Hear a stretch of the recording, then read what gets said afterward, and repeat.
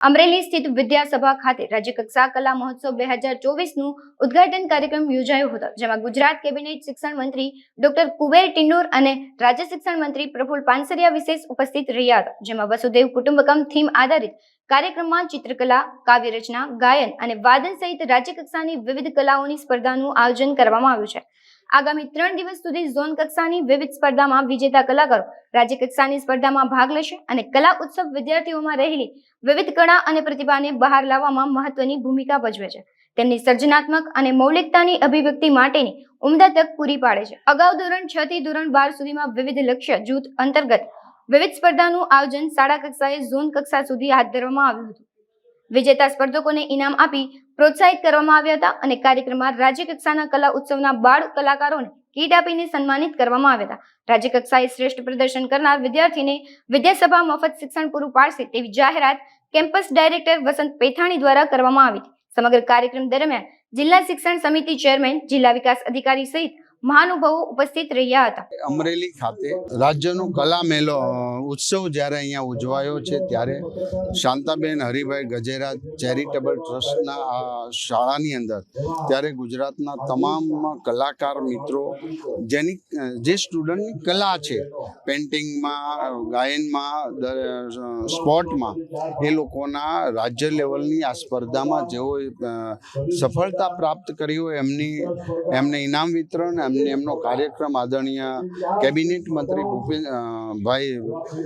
કુબેરભાઈ ડિંડોરના અધ્યક્ષસ્થાને રાખવામાં આવ્યો છે। ત્યારે આજે આ કાર્યક્રમ હવે સંપન્ન થશે અને મને આશા છે કે ગુજરાતની અંદર કલા જગતની અંદર આગળ વધી રહ્યા છે, ત્યારે વિદ્યાર્થીઓમાં સર્વાંગીક વિકાસ થાય, ગ્રામ્ય લેવલે અને નાનામાં નાના છેવાડાના ગામ સુધી કલાને પોષી અને એમને રાજ્ય લેવલ અને રાષ્ટ્ર લેવલ સુધી એમની કલા પહોંચે, એ હેતુ છે ગુજરાત સરકાર આવા કાર્યક્રમો કરતી હોય છે।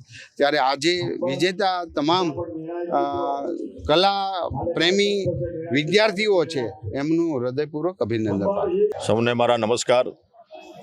આજે અમરેલી જિલ્લા ખાતે રાજ્ય કક્ષાનો કલા ઉત્સવ કાર્યક્રમનું આયોજન થયું અને આજે એનું ઓપનિંગ અમે કર્યું। અમારા રાજ્ય કક્ષાના મંત્રીશ્રી, અમારી GCRT ગાંધીનગર અને જિલ્લા શિક્ષણ તાલીમ ભવન અમરેલી બધાના સંયુક્ત ઉપક્રમે અને આ જે કેમ્પસ પણ ગજેરા પરિવાર આ બધાના સહયોગથી આજે અહીંયા કલા ઉત્સવ, સંગીત વાદન, કલાવાદન, ચિત્ર સ્પર્ધા અને જે 4 પ્રકારની જે કલાઓ છે એ કલા ઉત્સવના માધ્યમથી આખા ઝોન ગુજરાતમાંથી કુલ ગ્રામ્ય લેવલથી લઈને તાલુકા કક્ષાએ, જિલ્લા કક્ષાએ જે પસંદગી પામેલા જે અમારા જે કલાકારો છે એ દરેકમાં 20-20 કરીને 60 જેટલા કલાકારો આજે ઉપસ્થિત થયા છે અને એમની પણ સ્પર્ધા થશે અને એમાં જે વિદ્યાર્થીઓમાં જે સ્કિલ છે એ બહાર આવશે। અને વિશેષમાં આપણા સન્માન્ય દેશના પ્રધાનમંત્રી નરેન્દ્રભાઈ મોદી સાહેબે જે NEP જે નવી દાખલ કરી પૂરા દેશમાં, એનો પણ એક આ ભાગ છે કે વિદ્યાર્થીઓમાં જે પડેલી સુસુપ્ત શક્તિ છે જે અલગ અલગ એને બહાર લાવવાનું કામ આપણે કરવાનું છે।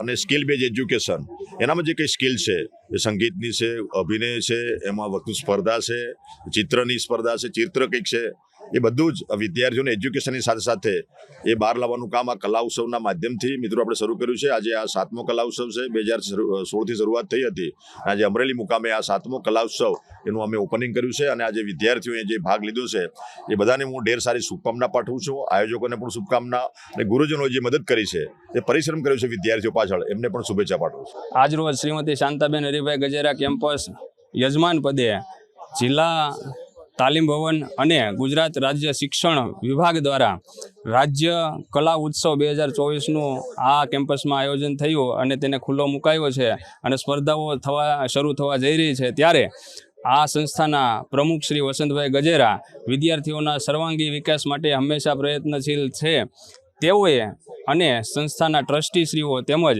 વ્યવસ્થાપકશ્રીઓએ જાહેરાત કરેલ છે કે આ સ્પર્ધામાં જે વિદ્યાર્થીઓ નંબર પ્રાપ્ત કરે છે તેમને જે પણ ધોરણમાં હાલ અભ્યાસ કરતા હોય અને આ રાજ્ય કક્ષા કલા ઉત્સવમાં તેમને નંબર પ્રાપ્ત થશે, તેમને જે ધોરણમાં હોય ત્યાંથી ધોરણ 12 આર્ટ્સ, કોમર્સ, સાયન્સમાં 1 પણ રૂપિયો ફી લીધા વગર વિનામૂલ્યે અભ્યાસ કરવામાં આવશે તેવી આ તકે જાહેરાત કરતા ખૂબ જ આનંદ અનુભવીએ છીએ।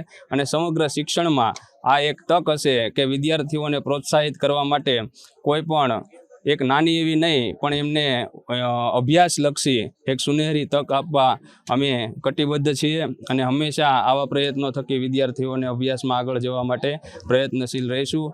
વસંતભાઈ ગજેરાએ સૌને પ્રોત્સાહન સ્વરૂપે અભિનંદન પાઠવેલ છે. આભાર.